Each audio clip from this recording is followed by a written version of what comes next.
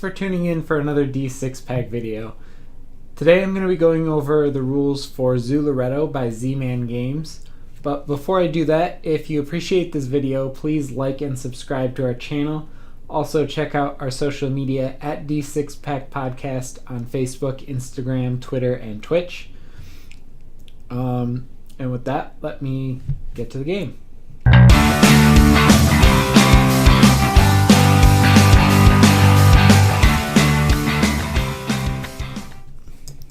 So this is pretty much the basic setup for Zooloretto. Each player gets a player board and an expansion board.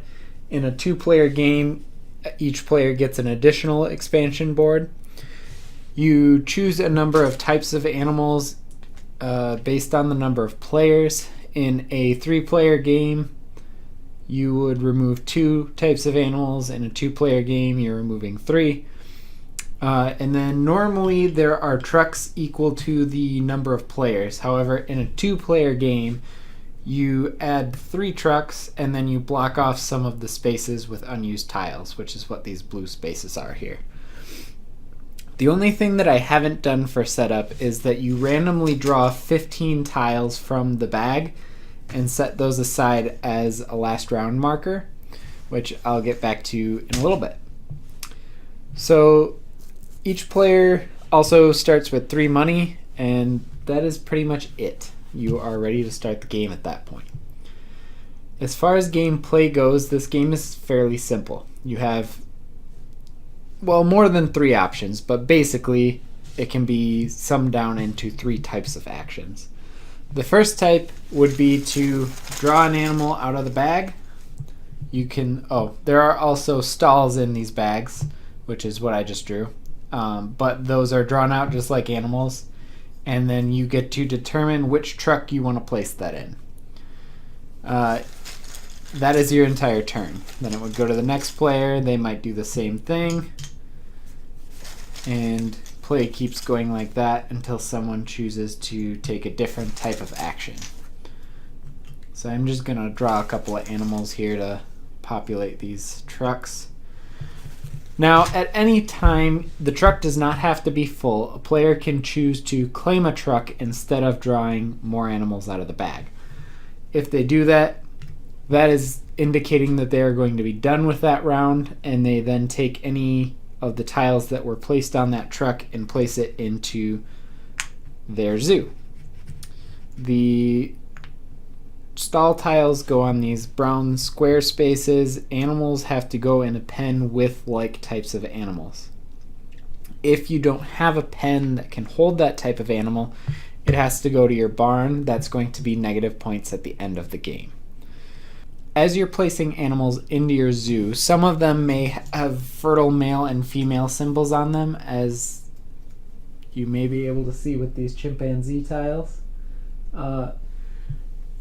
If you have a matching pair in the same pen, those automatically produce a baby of that type. They will never breed again. It's a one-time thing.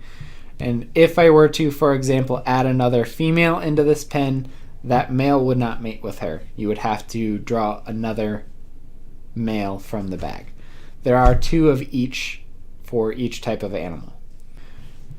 The third action you can do before you take a truck is you can do a money action, which is indicated, the types of money actions are indicated by this money action card. So you can move animals that cost you 1 coin, which you start the game with 3, and that allows you to take an animal from your barn and move it into one of your stalls, or vice versa. You can exchange 2 animal species. So if you are wanting to collect more of a specific type of animal, you might want to move them into a stall which has more space for more animals. So you can switch all of one type of animal for all of another. So if I had several camels in here and several pandas in here, I could just switch them, and that would be another coin.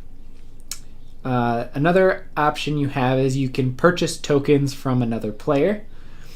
If they have animals in their barn, you can purchase one of those, and that costs 2 coins, one of which goes to the player, the other goes to the bank. You can also choose to discard one of the tokens that is in your barn. That costs 2 coins as well. Both of those go to the bank. The third option you have is to flip over one of your expansion tiles. That costs 3 coins, but it'll give you another space, another pen for a different type of animal, as well as an additional stall space. That's it for the types of actions you can take. The game continues like that until this bag is empty. Then those 15 tiles that were set aside, once one of those is broken into, that indicates that that will be the last round for the game. Once that round is finished being played, points will be added. At the end of the game, points are calculated based on the number of animals you have in each pen. So if the stall is full, you will get the higher point value here. If it is almost full, meaning only one space is open, then you'll get the lower value. The coin value shows how much money you get once that pen is full, and that is received in-game. You will also score points based on your stalls. For each different type of stall you have in your zoo, you will get 2 points. However, for each different type of stall you have in your barn, you will get -2 points. Likewise, for different types of animals in your barn, you will receive 2 points each as well. At that point, players will total up their scores, and whoever has the most points wins.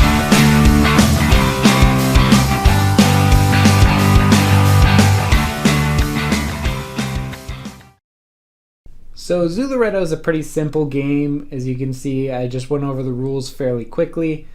I didn't cover everything, but this is a fairly old game at this point, but it's still one that I think is worth having. It's simple, it's easy to teach. This is one that could probably be played with some older children.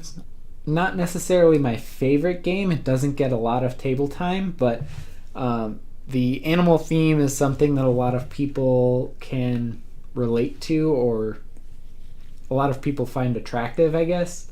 So this one doesn't see as much table time as I think it should, but it's a good game, and if you're interested, I hope you will check us out as we live play this on April 2nd live on Twitch at 8 p.m. Eastern Daylight Time. And with that, thanks for watching. Bye.